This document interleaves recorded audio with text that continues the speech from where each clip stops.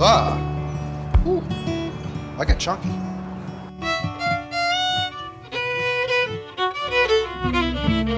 They grow up so fast. It seems like you sweated your heart and soul on this project. What was the origin of the idea, and how did you build it from writing to the directing to the acting stage as this highly personal project? Man, it's an interesting time when we were about to we were raising money for a different movie. Okay. My producing partner James Sharp and I, and we did raise about 80, almost 100 grand, but we knew that the script we had, we were sort of like taking another realistic look at it, and we were like, that's not going to cover it. It's just not going to be able to get this script done. And I said to him, I have this other idea for a movie because I saw a documentary based on about a mayfly that lives and breeds and eats and has its full entire life in a day. And I just and I'm like, that must have been done before. And weird aging stuff has been done before, but I was like, no, it hasn't really been done in a large way or in the way that I want to do it before that particular. So and I thought it was the perfect vehicle, the idea for James and I. This movie was originally produced as my thesis for DePaul University. He and I were like the prototypical like older students who nobody talks to, we're basically in grad school to like learn how to use a computer, kind of or at least as applied to making a movie. In a way, this whole aging thing and this whole like live life, now and reassess how am I living my life and reassess like what do I even value as good, living a good life. All of that was really like a living, breathing thing that we were going through, and I said, so that's my idea, James. And James said, that sounds awesome. Like, I want to read that script. And I said, I don't have it. I have to write it. It was one of those good karma things. I don't know. Everything about this movie, I don't know why, but it just, sometimes things fall into place nicely and the world says yes to you when you, and it really did when it came to like finding locations and people willing to offer they're like, okay, yeah, you can do this for free. Yeah, no worries. It's a great lesson. It's a great lesson in putting your, karma out there sometimes. A full life in a 24-hour period is such an interesting concept, and several themes emerge. When you were thinking about the life cycle and the writing of the script, what did you know you wanted to have about life in it? Yeah, we did sort of just like write up on the whiteboard, just sort of like, all right, well, what happens in life? You're born.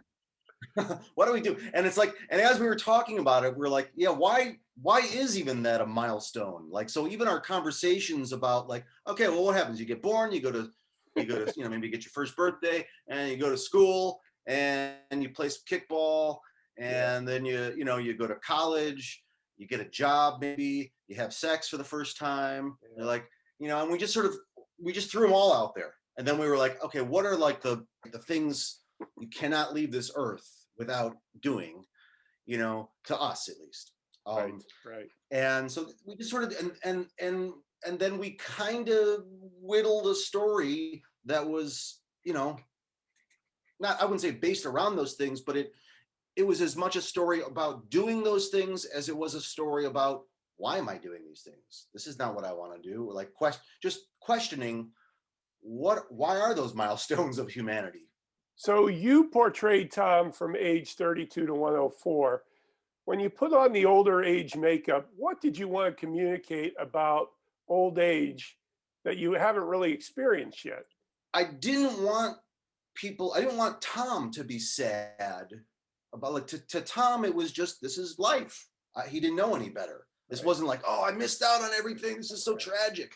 To him, it was just like the mayfly. I had a full life. This was awesome. Besides doing the technical stuff of like making sure I'm just kind of slowing things down and a little bit, I wanted him to have a little bit of cataract. So he had some sort of special lenses. So it's like, all right, I'm a little bit slower and blurrier and don't be so sad about death and aging. It's part of life, big part of life.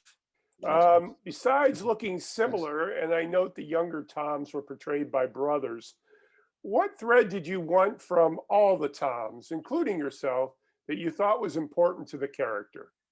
myself and Racino, who played Tom at the age of, what did he play at, 16 to the age of 28, I think, or something like that. Yeah. So Dominic Racino and I, and then the kids got together for about an hour or two.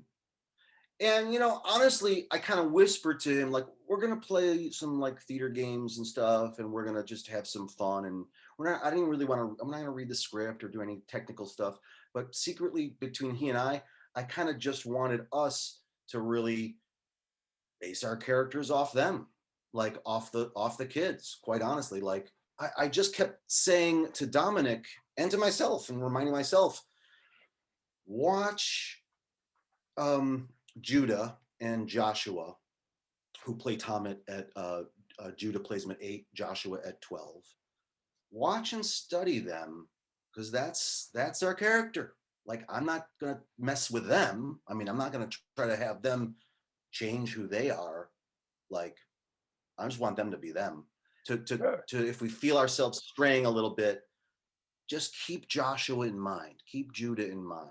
The character of Jess was key, and Baze Buzan seemed to get the desperation and mothering it took to get Tom through his day. What, in your viewpoint, did Baze bring to Jess that was beyond the page and most satisfying to you, the creator? She really sunk into it. She really basically, she was not afraid of looking like not a great person. This is someone that when you first meet, you're really kind of in love with, because she's taking care of this 8-year-old kid. You're not quite sure what's going on, and things sort of fold, and she's just has a lovely presence, beautiful, incredible eyes that just tell you like everything. And then as things start to reveal themselves about her more and more, you're sort of, okay, good. I'm a good person. I'm accomplishing the things that whatever a woman in her 30s is supposed to accomplish, or like. Right. And so to me, that was the main actual human grounded focus of the film. And I was very conscious about casting somebody who you could quite easily fall in love with very easily, and also like suddenly be pushed back and not, and be like, no, I don't love her anymore. I'm angry at her. Why is she doing this? And then fall deeper in love with her by the end as more stuff comes out. This is Patrick McDonald for HollywoodChicago.com. Copyright 2021.